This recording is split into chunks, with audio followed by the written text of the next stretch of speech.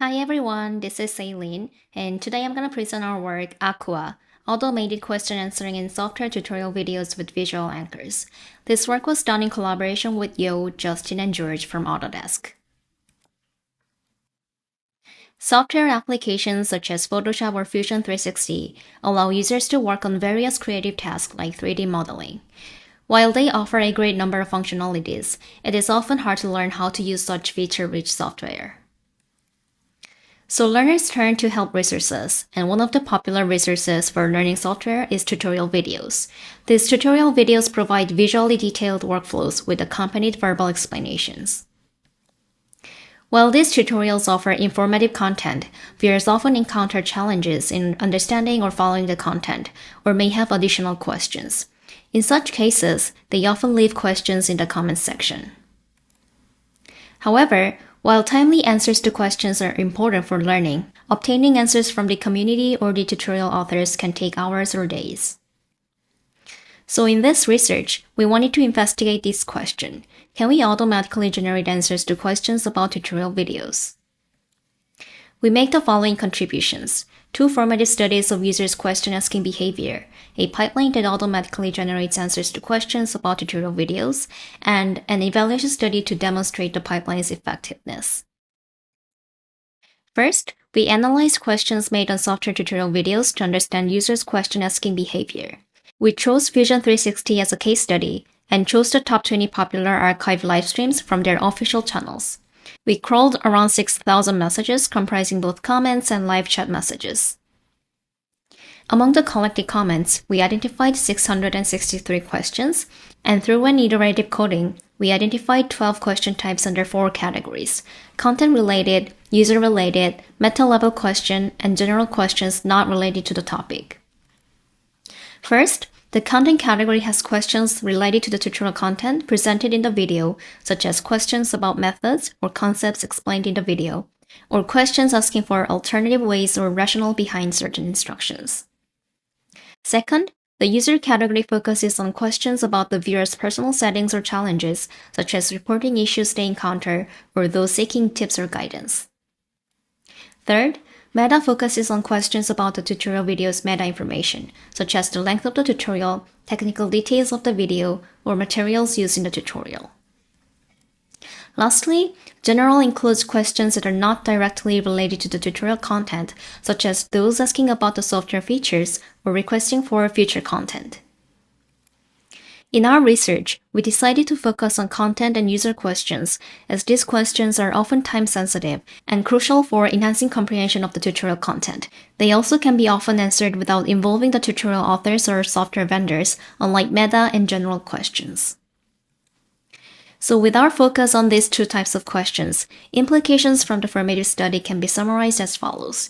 The answer pipeline should account for the context of the tutorial when the question was posed, since these types of questions have direct relevance to the video content. Also, since these questions demand a deep understanding of the software, our pipeline should be able to provide accurate and software-specific answers. Additionally, we observed that users often described a specific part of the video in their questions, such as detailing UI elements within the software. This prompted our next study, where we aim to explore the types of visual references people make when equipped with a tool that allows for visual references. To investigate this research question, we developed a system where users can refer to a part of the video and leave questions about it. So this is what the system looks like. On the left, users see the video, and they can ask questions on the right panel.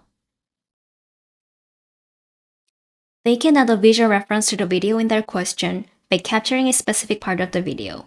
These visual anchors are then saved to a gallery.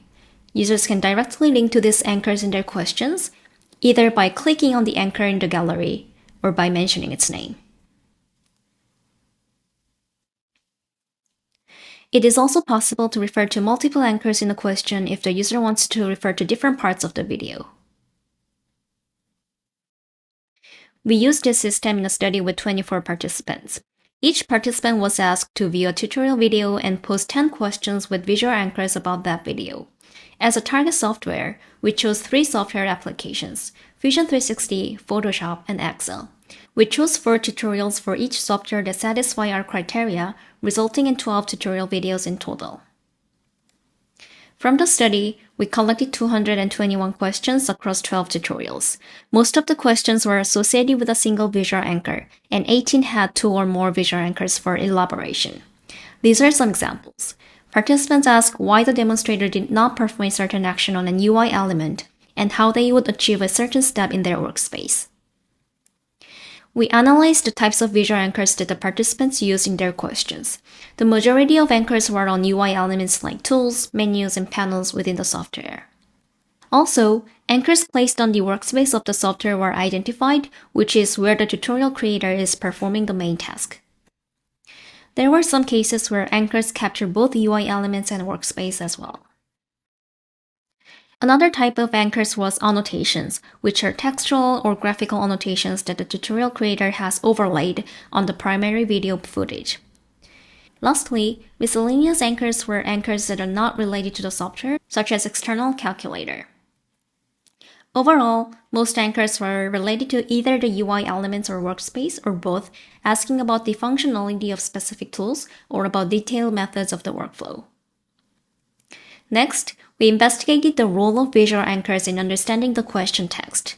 Some questions required visual anchors to provide the context of the question, and some questions were understandable without additional context, but visual anchors were still relevant and useful, and some visual anchors had no connection to the question at all. We found that almost half of the questions required the accompanying visual anchors to be fully understood. These questions often used referential terms like this or it, which directly pointed to the visual anchors for context. From the studies, we derived design goals of an answer pipeline for software tutorial videos. First, consider the video context when the question was posed. Second, understand visual references associated with the question. And third, provide accurate and useful software-specific information. Based on these design goals, we developed AQuA, a question-answer pipeline that can generate useful answers to questions about tutorial videos with visual anchors. And here you see an answer to an example question and visual anchor for a Fusion 360 tutorial video. This is what the overall pipeline looks like. Our pipeline takes the question text and the associated visual anchors as inputs. Then, the visual recognition module first identifies the visual anchor and generates a text description of the anchor using image recognition and a UI database composed of UI icons and their names. Then, the retrieval module retrieves relevant content to the question text and the anchor from product documentation and transcripts of other video tutorials for that software. We also retrieve the title and relevant sentences in the transcript of the tutorial video that the question was asked about. All of this is then fed into GPT-4 through a crafted prompt to get a helpful answer to the question. In our pipeline, there are 2 components that are software specific: the UI database containing software icons and names, and software articles such as documentation or tutorials. We implemented our pipeline for Fusion 360 as a proof of concept, but we believe it can work for any other software applications such as Photoshop or AutoCAD, using their official documentation and publicly available tutorial resources. Let's look into detail at the visual recognition module first. We have 3 components in this module: image captioning, UI element detection, and OCR. First, we generate description of general visual anchors using BLIP2, a visual language model. It recognizes objects within an image. This can be useful when the visual anchor contains workspace objects or generic objects. Next, we identify software UI elements in the visual anchor if there are any. We first created a UI database that contains icons and names by crawling software official documentation and running a script on the software to save comment icons. Then, given a visual anchor, we first identify the bounding boxes of the anchor in case the anchor contains more than one UI element. We run feature matching and template matching for each box with the images in our database, and if the final matching score exceeds a certain threshold, we consider it a successful match and retrieve the element's name. Lastly, we employ OCR to extract textual information in the visual anchor since UI elements often contain text. This could be useful if the anchor contains a menu or panel that lists the names of various functionalities. Moving on to the retrieval module, we employed retrieval augmented generation, which combines retrieval and generation to produce specific and factual responses. Specifically, we gathered around 5,000 articles related to the software and retrieved the top 50 relevant articles to the given question text and the visual anchor in text form by comparing their embeddings. The resulting collection of articles is then provided as part of a prompt to GPT-4 when generating answers. Finally, to give context to the question, we include the tutorial title and the relevant segment of the transcript. For the transcript, we find the nearest sentence whose starting timestamp does not exceed the timestamp of when the visual anchor was captured, and then extract both that sentence and the preceding one. All of this, video context, retrieved documents, question and the visual anchor, are combined in a prompt to GPT-4 to generate answers. Having implemented the pipeline, we then evaluated it through a study. We used the same 69 questions collected from the second Vermeulen study on 4 Fusion 360 videos. We generated answers for each question in 3 different variations of our pipeline. Question only, where only the question is available. Question and video context, where the question and the video title and transcript are available. And our full pipeline AQuA. We chose the first 2 as baselines, since the first could be seen as a plain GPT-4, while the second could be considered a plain GPT-4 with a bit more information from the video. To evaluate the answers, we recruited 16 participants with experience in the software and divided them into 2 groups and assigned different sets of questions. As shown in this screenshot, participants were presented with answers generated from the 3 conditions.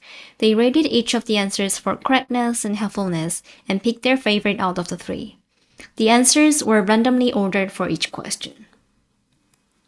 The results demonstrate that our AQuA pipeline was preferred the most. Participants commented that these answers were both accurate and specific, provided more detail than others, and followed the right sequence of addressing a question. For example, here, for the question that asked about how to make a menu appear, question only failed to comprehend the specific menu referred to in the question. For question with video context, it incorrectly inferred that it related to another tool based on the transcript. However, AQuA accurately identified the menu and provided precise information about it. The results also demonstrate that our AQuA pipeline produces more helpful and correct answers compared to the 2 baseline methods. In summary, going back to our earlier question, can we automatically generate answers to questions about software tutorial videos? We showed that we can by using large language models augmented with software-specific information and image recognition that recognizes software UI elements. We showed this by first studying users' question-asking behavior, then we built a pipeline that reflects how and what users ask, and finally we demonstrated the pipeline's helpfulness and correctness through a study. While AQuA was effective in addressing questions, there are still room for improvements to the pipeline. First, the pipeline's robustness could be increased by incorporating additional resources such as Q&A forums, user comments, or other tutorials to provide a more comprehensive answer. Second, if we take into account learners' progress on their software, we can offer more specific and detailed answers tailored to users' individual levels of knowledge or current progress. While we demonstrated our pipeline for Fusion 360, we believe it is not only generalizable to other software as we mentioned before, but also to other learning domains such as instructional videos like cooking videos or programming tutorials. We could leverage the knowledge embedded in large language models and use specific materials such as recipes or textbooks. This way, our pipeline could offer accurate answers across various domains. So what do you want you to take away from this talk? We believe our pipeline opens up a compelling vision of intelligent conversation tutorials, where learners can not only ask questions about tutorials and get quick answers to those questions, but also can engage in chat-based multi-turn question answering by asking follow-up questions. And perhaps the system could even proactively initiate conversations to monitor users' progress and assess their comprehension, allowing for much more interactive and responsive learning experiences. So this is the end of our presentation, and thank you for listening.